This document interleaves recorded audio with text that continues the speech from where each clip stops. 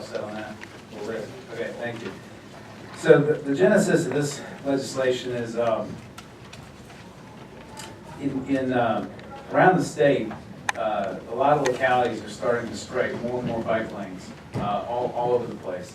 Not just construct them, but just when a lot of these roads are getting repaved, especially with all the new paving money that's been generated by the bill we passed a couple of years ago. With a lot of these new pavings, we're putting down bike lanes.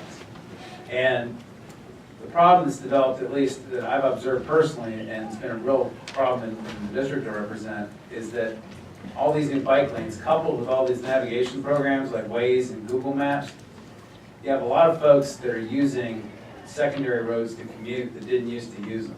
And you get a lot of folks that are in a big hurry to get somewhere, trying to avoid traffic and trying to speed up. They get on these roads, these bike lanes, and when somebody stops to take a left, they decide they're going to go around them on the right and use a bike lane to do that, which, if the bike lane is occupied by a bike, could be a deadly mix. And in discussing the matter with my local police department and also with VDOT, there's been a lot of concern that existing law does not make it clear that a motor vehicle is not allowed to use a bike lane to execute a maneuver like that. And some law enforcement has articulated immediately is that they feel like that the code needs to be clearer to say that if there's a bike lane next to you, you're not allowed to use that to pass a car that's stopped to make a left turn. And that's where this comes from. I'm not wedded to it being reckless driving. Actually, making a traffic offense would take the fiscal impact out of the thing. But I just think our traffic laws need to be clear so the drivers are on notice that they're not supposed to use those lanes to pass other cars. It's very dangerous for a car and a bicycle to come to collision. That's the genesis of it, and that's what I'm asking for. Any questions? Senator Surovell. Thank you, Mr. Chairman. Of course, in one of my jurisdictions, I represent Arlington.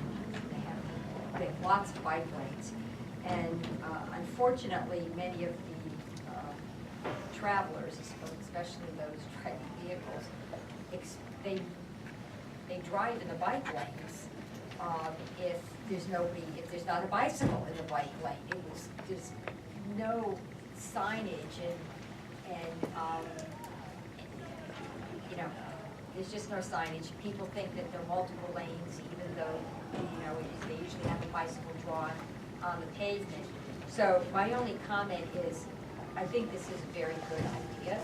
I would like to see I'd like local governments to get the message out, and I'd like better signage along the bike lanes, because it's very dangerous when your bicycles and vehicles could possibly collide. So that's my only comment. I would really like to get this, when this passes, I'll be positive. I'd really like to do an outreach kind of program on it. Thank you, Mr. Chairman. Senator Surovell, suppose we have a situation, there's a traffic light, and there's two lanes that are going through the traffic light, and there's a right-hand turn lane making a right-hand turn. Someone comes up, there are several cars in front of them in the right hand of the two through lanes, and they decide, wait a minute, I need to turn here. So they cross over, and for a short period of time, they're on that very narrow bike lane, and they cross over. They've now passed 2 or 3 vehicles to get to the spot where they can make a legal right-hand turn. And would that constitute reckless driving, just trying to get to the lane that you need to use to turn? Under the way this is worded, yes, it would. That's why I said, if you think that's too harsh, I'm open to a traffic offense. But I can just tell you, I rode a bike across the United States of America, 5,000 miles one summer. I've ridden a bike, I don't ride as much as I used to. I've been struck by cars 3 times. And vehicles and cars coming into contact don't produce good situations. I can show you my shoulder if you want to see it, but they never put it back together again because they couldn't. And it's, we have more and more people, especially in college towns and in our urban parts of the Commonwealth, that are using these bike lanes to get around. Mr. Chairman, Senator Martin. just a question for the chair, given his experience in these areas. Is there a charge? This is a year in jail $1,000 fine and something you're going to have to report to your employer, and would something along the lines of improper driving, is there a lesser sort of general charge that would be more appropriate here to send the signal? And we could come back in later years if it's insufficient to alter driving behavior. You might consider a stiffer penalty. But I would offer that if staff could look at a possible reduction in the severity of the charge here, I think this is way overcharged. Mr. Chairman, can I answer that question? Senator Surovell. Senator Marsden, nobody's allowed to charge improper driving. That would be ridiculous. Right, a court or a jury has, actually only a court actually can reduce it to improper driving based on the testimony evidence that they hear. So the way to get to your problem would be to ask legislative services to draft a substitute just to simply say that using a bike lane to pass another vehicle is a traffic offense.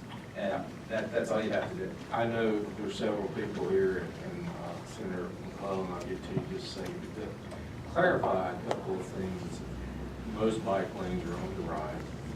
It's illegal to pass on the right unless it's a paved portion of the highway that is open, that is safe to pass on. So if you have a vehicle stopping to make a left-hand turn, you can pass as long as it's a paved portion and it's safe to do so. So if you have street parking and there's parking spaces and no one's parked in them and someone's turning, you can pass in those parking spaces as long as it's safe to maneuver to do so.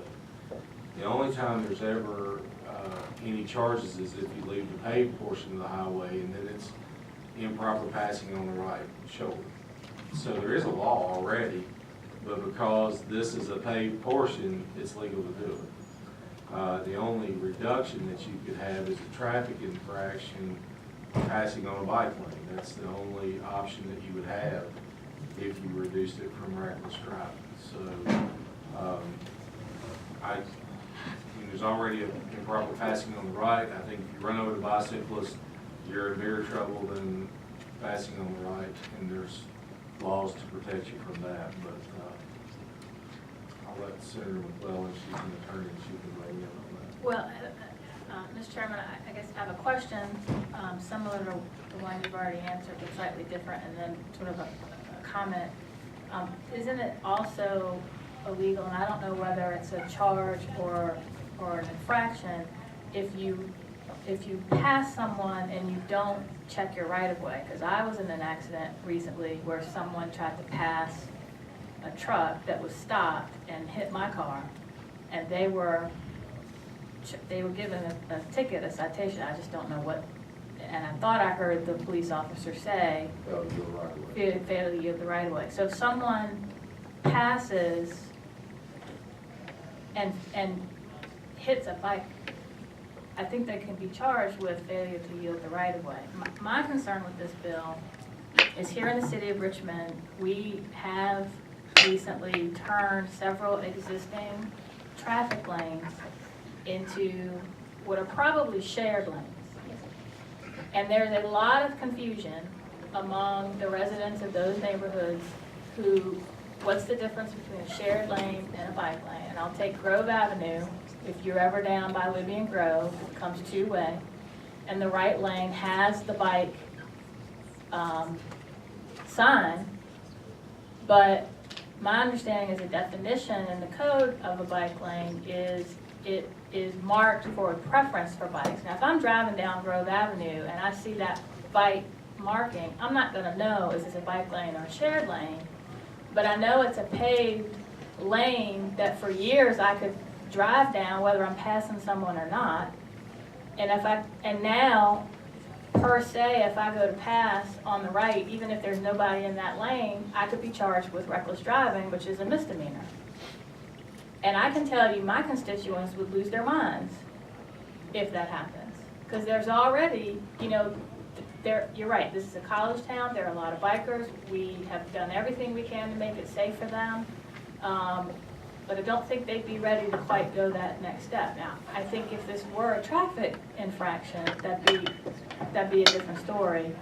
And I would have some appetite for a substitute that made this a traffic infraction, but I think having it be a misdemeanor, given the circumstances I've just laid out, I'm not sure we're ready to go that far.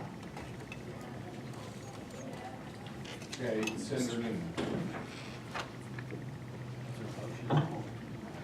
Mr. Chairman, I'd be happy to take it by for a week, make it a misdemeanor, come back and show it to the committee and see if that better satisfies the committee's appetite. I think it wouldn't take long to do that. Well, I think if you make it a misdemeanor. it's- I'm sorry, traffic offense. Okay, all right, so you're asking permission to take it by for the week? Sure, let me try that.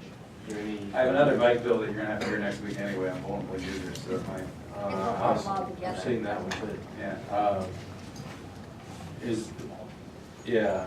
Is there a motion to take the bill by for the week? So moved. Second. Move and second, take the bill by for the week. All in favor, say aye. Aye. All opposed? Okay. Next bill. The next one is Senate Bill 860. You probably heard about this one. It's been, Give me just a second. So I can keep up with it. When you cue in to speak, and after you speak,